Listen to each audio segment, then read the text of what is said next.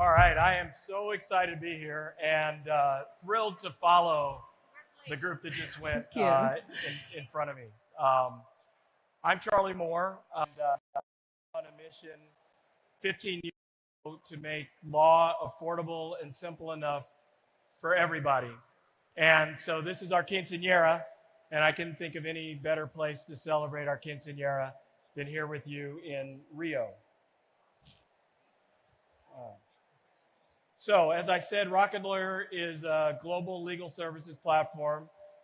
We operate in the US, where we're based, as well as in the UK, the European Union, which is going to be important to compliance, as I talk about later, and now Latin America, where Rocket Lawyer Brazil is our newest location around the world, and it's actually been one of the best performing places to be. So, couldn't be more thrilled. Some of our team from Rocket Lawyer Latin America is here with me today. So revolution or peak hype, right? We all remember last year, everything was about crypto. This year, everything is about, and the crypto's still with us, but everything this year is about AI, of course. And so this is the Gartner sort of hype cycle. And so AI is right at the peak of the Gartner hype cycle right now. Probably half of the presentations we're going to hear are about AI. So the question is this a revolution or is it just hype? Now I'm going to tell you, I think it's a revolution. I think AI is the most profound change and advancement in technology, at least since mobile. So what does that mean if AI is the most profound change since mobile or the internet itself? Well, it means that we're going to have several problems, and I'm the lawyer in the room. So I'm here to tell all you entrepreneurs and business people that are thinking about how you're going to jump on this hype curve for AI, how to do it in a way that's going to be durable and sustainable. There are several problems that you're going to have to think about in order to be successful. And the move fast and break things playbook is completely outdated for the AI era. AI is too powerful, it's too profound, it's too big for move fast and break things. So what does that mean? So we have a greed problem. Everybody knows Elizabeth Holmes was just convicted, the founder of Theranos, for fraud. We also have a problem with AI in terms of facial recognition. In addition to the Theranos problem, Everblum, this is a company that told customers they could turn off facial recognition feature, but continue to gather the data even after, and train the AI even when customers turn the feature off. FTX, the crypto exchange, a big part of the greed problem. Regulators have to step in. And not only that, we have to be open to it as the tech industry. Go to the next slide for me. We have a bias problem. I think AI is just like humans in some ways. Humans have explicit bias and implicit bias. And humans are only as good as their culture, their socialization. The data in is what you get out. You're only as good as the data in. Your education. AI is the same. The corpus of data that the AI is using, if that data comes from a place of bias, if that data doesn't come from a place of inclusiveness and diversity, don't be surprised if the AI itself has a bias problem. We've already had lawsuits around facial recognition, racial profiling and facial recognition, etc. Now, like I said, I'm an AI optimist. We're using AI pretty much every day now in terms of innovation in our company. And so I think AI could also be part of the solution to bias. AI could take away a lot of the sort of irrationality of human beings. And I think actually we have a big role to play in making that happen in terms of self-regulation. Go to the next slide for me. There we go. The last problem, of course, is intellectual property. Whether it's DALL-E or ChatGPT, again, all of these tools are basically scraping or aggregating data from around the web. And right now, we don't have great tools to police the AI in terms of what it's using for the data in order to create new works. The intellectual property problem is being felt viscerally in Hollywood right now. The news today is all about the writer's strike in Hollywood and that there's a potential existential threat. All the screenwriters are worried and scared, thinking that AI is going to put them out of work. And don't take that for granted. AI is going to be, and already is, a very disruptive technology. Chegg today is the first public company that I know of today released earnings that were significantly below forecasts. And the Chegg CEO said, well, it's because of AI. It's because students are using ChatGPT for their homework and not subscribing to Chegg. And so we're going to see a wave of disruption coming out of generative AI, reactive AI, and it's not far off in the future now. Go to the next slide. Governments are incredibly slow to react. If you click the next one, you'll see a few of the examples. But when government does react, it tends to first try to use antiquated regulations and to shoehorn them into the new technology paradigm. We've seen that already in the United States. The FTC is attempting to use what are in fact antiquated regulatory paradigms to address technology that never existed when the regulatory regime was originally enacted.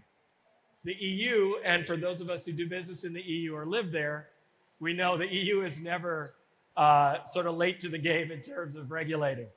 And so the EU is again in front, coming up with some very prescriptive regulations that have been in the works for about 2 years already, likely to pass this year. And so for anyone who's going to innovate in this AI space, you have to be aware that just like privacy and GDPR, there's going to be some significant prescriptive regulation around AI, probably that has to do with keeping people employed and to what extent humans have to continue to do work that AI is not going to be able to replace humans with. If you could stay on the government slow to react slide, that's going to happen. And we'll probably see it out of the EU first would be my prediction. And a fast follower, with my prediction again, would probably be California and then the United States. In terms of Brazil, the Brazil Senate has already started looking at AI, again, from the same perspective. AI is understood to replace some human labor. But in Brazil and other places, regulators are struggling with how fast to enable that to happen. How big a disruption to human labor do we want the AI to create initially? Millions of people make their living driving us all around in transportation, shipping, etc. Millions of people already make their living doing that. But in my hometown in San Francisco, we've got 250 autonomous vehicles on the road right now. My 17-year-old son has an account with Cruise, and he takes an autonomous vehicle with no driver right now. Well, millions of people make a living that way.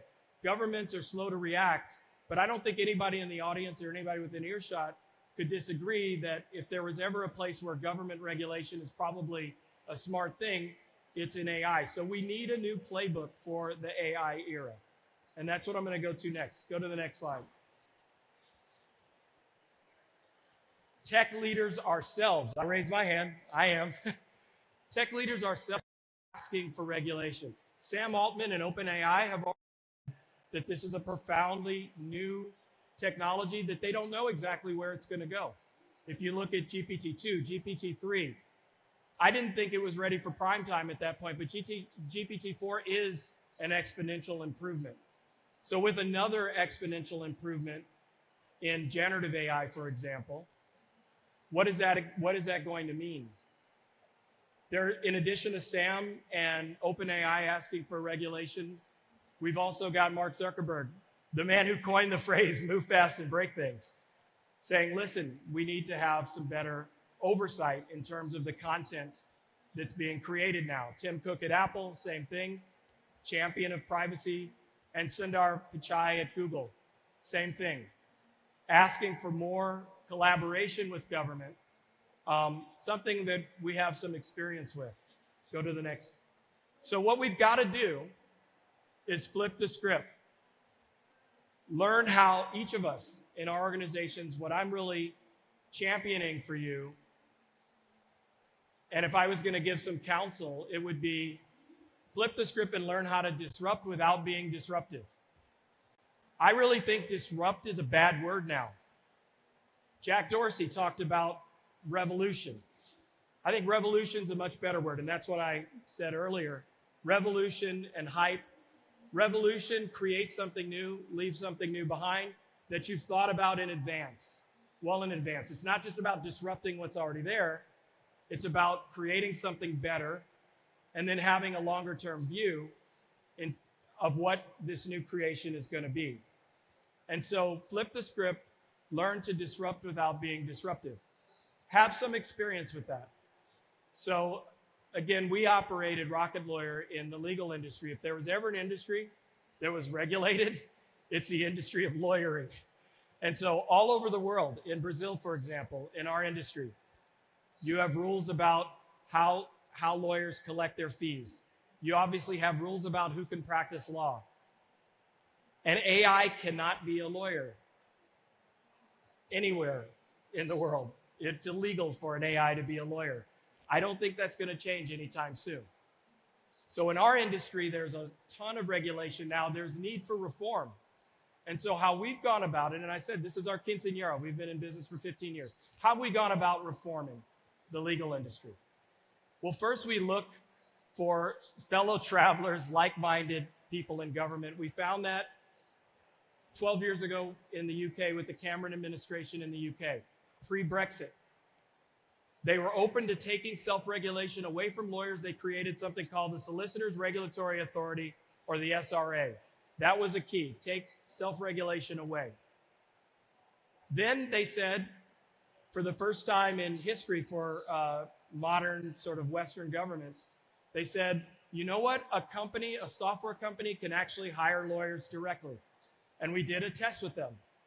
We did a test that lasted for 2 years with the UK government, and now I'm back to data. This is the new playbook. We said, partner with us, UK government, and if you give us the authority, we'll give you the data. We'll let you come in, we'll let you be a partner in this experiment, and it was an experiment. We'll give you the data, and then we'll be on the same side. Now, what side were we on? We were on the side of bringing down costs and making legal more affordable for people. Legal aid was being cut in the United Kingdom. The government wanted to save money. Sound familiar? And we said, well, here's a way to use the private sector to help the government save money, and we're going to collaborate with you. You've got to make the regulations modern. You've got to get away with you've got to get rid of regulations that go back, 4 or 5 centuries. And you've got to modernize it. And the UK government did that with us. Now, taking that playbook, we also then went to the United States. And again, if you know anything about the United States, we are a litigious society. There's a lot of lawyers, and lawyers like their money. Lawyers drive Teslas for a reason. Okay? And so anything that's going to disrupt the amount of money that lawyers make is going to be a challenge to get through the regulatory agencies. But again, we took a collaborative, not a disruptive approach. We worked with the American Bar Association, again, shared the data.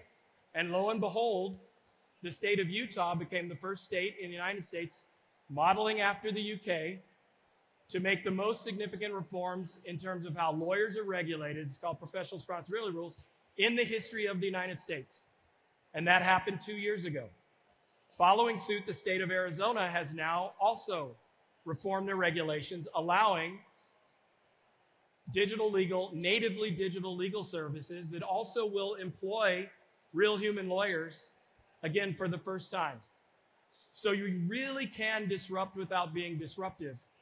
And I think the AI companies that are going to be durable and that are going to scale and they're going to last, and startups that are going to deploy AI technology at their peril, if you go back to some of those problems, the greedy, the biased, the thieves of intellectual property, all of those sorts of problems, if you don't map them out in advance, and come up with a strategy where you're going to revolutionize and not just disrupt, your investors are going to be taking a massive risk that I think we all have the ability to control and to manage and then to deliver on this amazing promise and innovation.